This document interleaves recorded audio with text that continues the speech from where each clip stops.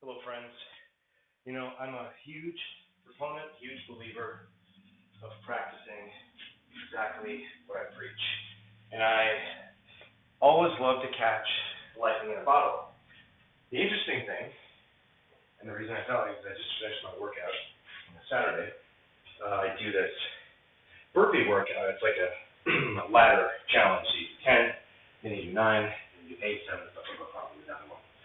This is when I find I get my best ideas. And so I want to share with you, while I was doing my workout and listening to Atomic Habits by James Clear on Audible, I wanted to share the thoughts that came to me. And there's a reason why my voice sounds different. I'm recording this on voice memo on my iPhone. And I'm going to upload this directly, so you're not going to get that sweet SM7B sound.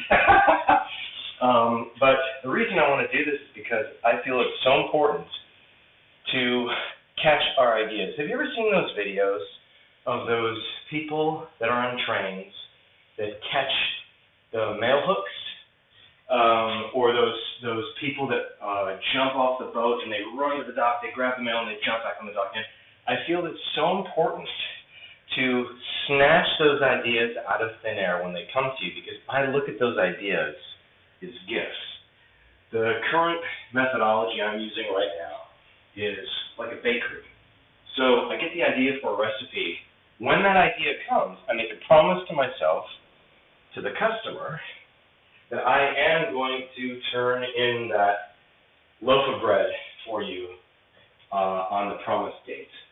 And I've got a full bakery going, and that bakery could just be a guitar and your cell phone, a way you can record it. I encourage you to capture those ideas, whatever it is involving your career. Capture them and come up with a plan. And be gentle with yourself, because it's going to be challenging at first. When you get those ideas, please attempt to see them through the end. I find it's much easier, and this is very interesting, you might have experienced this as well. If I'm working at a job, or somebody's giving me a paycheck, I've signed a contract, and I have this understanding that has already been set up with my employer. If I have to turn something in, you can bet the farm that I'm going to turn it in on that date and be ready ahead of time. What's interesting that I've noticed the past decade, and I mentioned something in the last episode.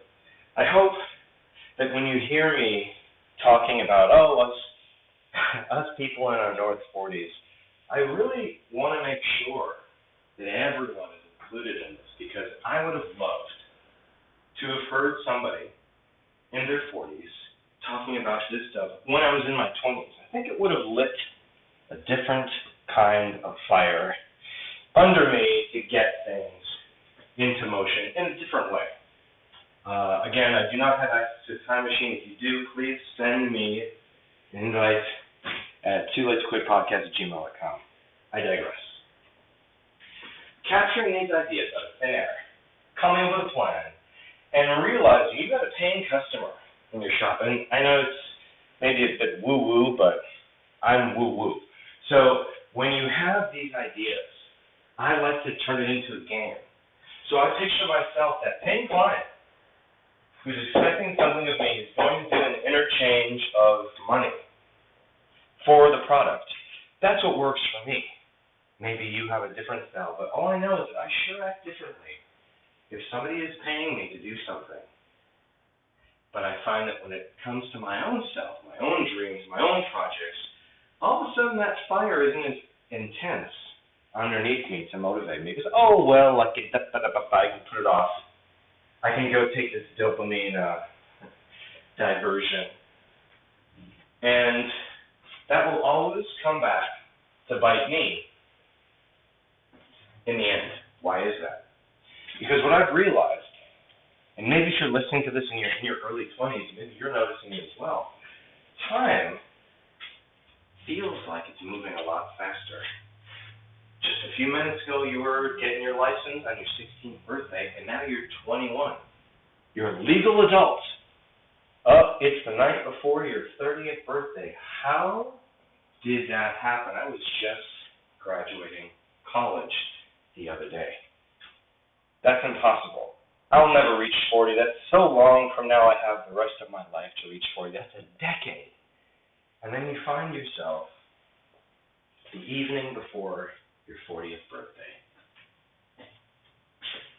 30 for me, was the first monumental birthday. It's very, I think, symbolic, at least in my culture. But then 40 is a little bit different. It's like, oh, I guess I'm not a quote-unquote kid anymore. Go into a retirement community home, and your ideas of what defines being a kid might change drastically, depending on the audience that you are in. My point being is, look, we're all in this together. And if you didn't get the cheesy, corny moniker on the last episode, well, here it is again. I'm very cheesy, I'm very corny, but you know what? I find the cheesiest and corniest quotes resonate the most with me. So, when you get those ideas, pursue them, chase them down. It might be a dead end. And the path that you take to find that idea, to chase it down, and to pick it up off the ground and turn it over and see what is on the other side of that piece of paper.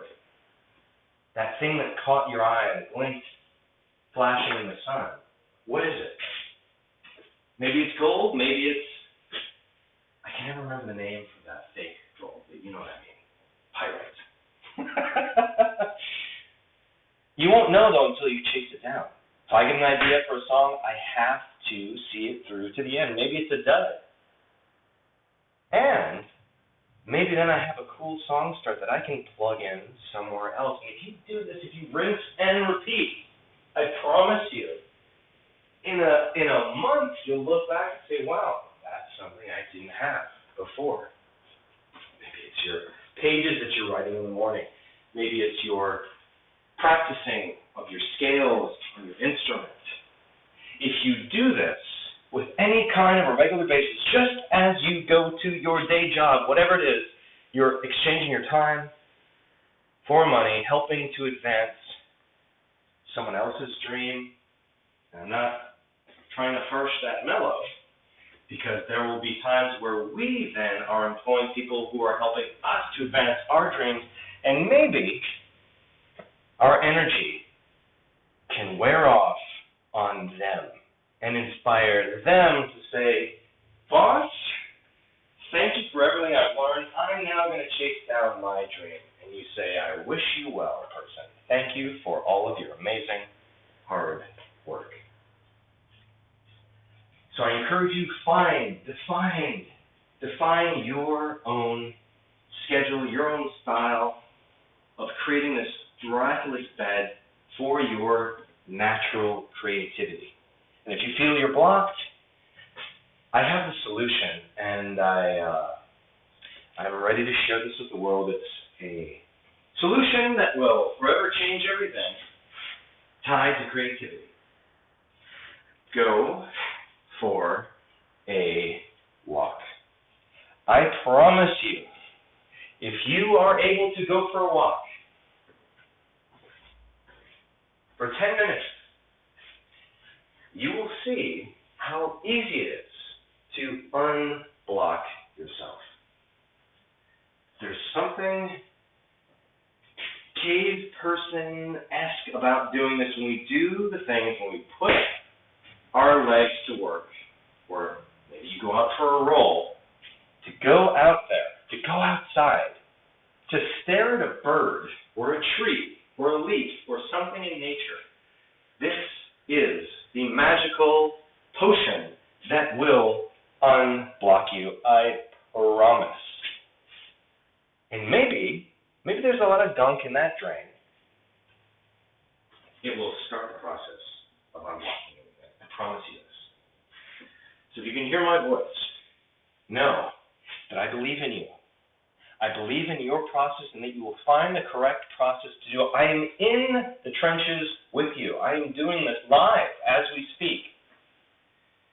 I have my exercise regimen that I love to do because that unblocks me every single day. I have my notes that I like to go through. I have my books that I reach out to. I I'm about to start The Artist's Way. I'm listening to Atomic Habits. These are all things. Find whatever floats your boat, whatever puts wind in your sail. I know you can do this. I believe in you. You are amongst friends. Keep going. You're not too old. And it's too late to quit. You got this.